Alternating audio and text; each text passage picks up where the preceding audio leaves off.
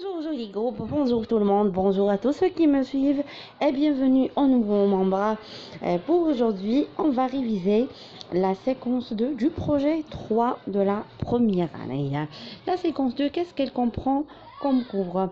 Déjà, on a enlevé certaines notions ou certains points de langue comme le futur simple de l'indicatif et le mode subjonctif. Ce qu'on va avoir, et l'orthographe, les homophones, mais on va les voir brièvement. Voilà, le premier cours, c'est quoi de la séquence 2? Déjà, la séquence 2, c'est se comporter comme éco-citoyen. C'est quoi l'éco-citoyen? C'est le citoyen qui protège son environnement, il ne gaspille pas, il fait beaucoup de trucs positifs pour son environnement. Alors, on va commencer par la leçon de vocabulaire, les mots de la même famille. Comme vous, mes chers élèves, vous avez des frères et sœurs de même famille, vous portez le même nom, d'accord? Alors, les mots de même famille partagent quoi? Partagent le même radical. Voilà, une partie commune entre les mots. Voilà, on a exemple médecin, médecine, d'accord? Deux mots qui partagent le même radical. Alors, on va jumeler les deux cours ensemble concernant la tournure impersonnelle avec il faut plus le mode infinitif. Alors, c'est quoi la tournure impersonnelle? C'est il faut. Voilà. Le ce n'est pas un pronom personnel sujet. Il est impersonnel. Il ne renvoie à aucune personne. À l'encontre de quand je dis il est malade, je parle d'une personne qui est malade. Alors le il faut appelle quoi ou demande quoi? Un verbe à l'infinitif. Et c'est ça le mode infinitif, mes chers élèves. Et c'est une notion très simple. Alors pour le mode subjonctif, j'ai dit ce cours a été enlevé normalement dans tous les établissements, mais je ne sais pas si c'est général ou c'est sur l'échelle nationale. C'est pour ça que j'ai consacré une toute petite phrase pour vous expliquer c'est quoi le mode subjonctif. On a dit que il faut appelle un verbe à l'infinitif et il faut que si on a le que, c'est-à-dire on appelle le mode subjonctif. C'est le présent du subjonctif. C'est quoi le subjonctif? C'est quand je ne suis pas certaine qu'une action va se réaliser ou va se produire. Il faut que tu viennes demain. Est-ce que je suis sûre qu'il va venir demain? Non, du tout. Alors, pour le mode subjonctif, on a la terminaison des verbes du premier groupe, le E, ES, E, IONS, IEZ, ENT. Pour les verbes du deuxième groupe, on a IS, IS, IS, ISION, ICIE, ISSA.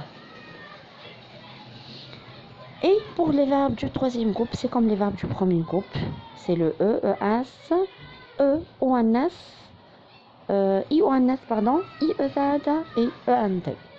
Pour le futur simple de l'indicatif,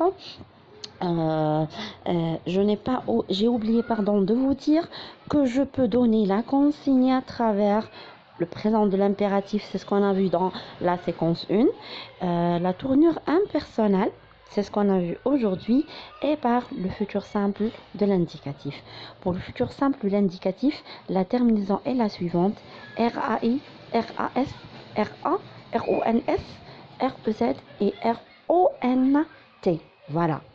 Et il y a une astuce pour apprendre, pour conjuguer facilement, surtout les verbes du premier et deuxième groupe. Non, il faut qu'on entende le R du futur. D'accord. Et dans les verbes, au niveau des verbes, concernant les verbes du premier groupe, on a on garde l'infinitif, le verbe à l'infinitif, qui soit terminé par ER, et j'ajoute juste la terminaison sans ajouter le R parce que il y a le R déjà, il est compté dans l'infinitif, dans la terminaison de l'infinitif. Alors j'ajoute seulement AI, AS, A. C'est le même principe dans les verbes du deuxième groupe. Ceux qui se terminent par IR, je garde mon infinitif et j'ajoute AI, AS, A, ON, S, EZ, ONT. Alors, concernant la production écrite, alors protégeant l'eau de l'établissement. Tu rédiges des consignes pour protéger l'eau de ton établissement. Alors, comme titre, on a protégeant l'eau. On va commencer par une petite introduction. L'établissement est le lieu où nous passons plus de temps automatiquement. Voilà, on passe plus de temps dans l'établissement ou dans le collège ou dans le CEM qu'à la maison. Alors, on va commencer par les consignes. Et les consignes, on va utiliser la tournure impersonnelle et le présent de l'impératif avec les signes de ponctuation, les tirets. Il faut économiser de l'eau. Tournure impersonnelle plus le verbe à l'infinitif à la forme affirmative. Et la deuxième phrase à la forme négative. Il ne faut pas gaspiller de l'eau. Ne laissez pas, ça c'est le présent de l'impératif à la forme négative, pardon. Ne laissez pas le robinet ouvert. Maintenant, le verbe, c'est la phrase impérative à la forme affirmative. Fermez le robinet après chaque utilisation. Maintenant, c'est la tournure impersonnelle. Il faut être conscient de la nécessité de l'eau dans notre vie. On va terminer par une petite conclusion. L'eau est vraiment nécessaire pour la santé. Il faut le protéger.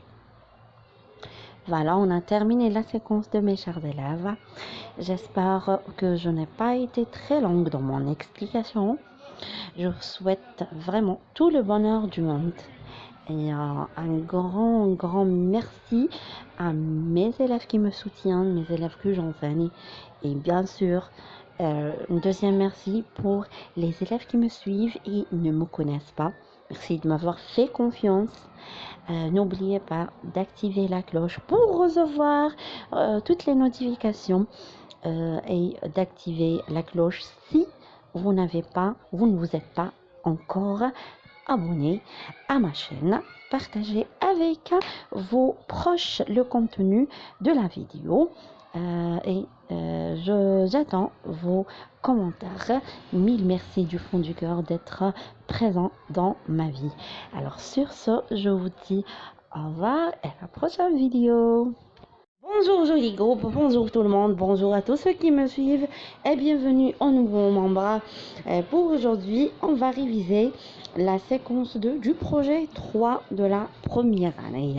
La séquence 2, qu'est-ce qu'elle comprend comme cours? Déjà, on a enlevé certaines notions ou certains points de langue comme le futur simple de l'indicatif et le mode subjonctif. Ce qu'on va avoir, et l'orthographe, les homophones, mais on va les voir brièvement. Voilà, le premier cours, c'est quoi de la séquence 2? Déjà, la séquence 2, c'est se comporter comme éco-citoyen. C'est quoi l'éco-citoyen? C'est le citoyen qui protège son environnement, il ne gaspille pas, il fait beaucoup de trucs positifs pour son environnement.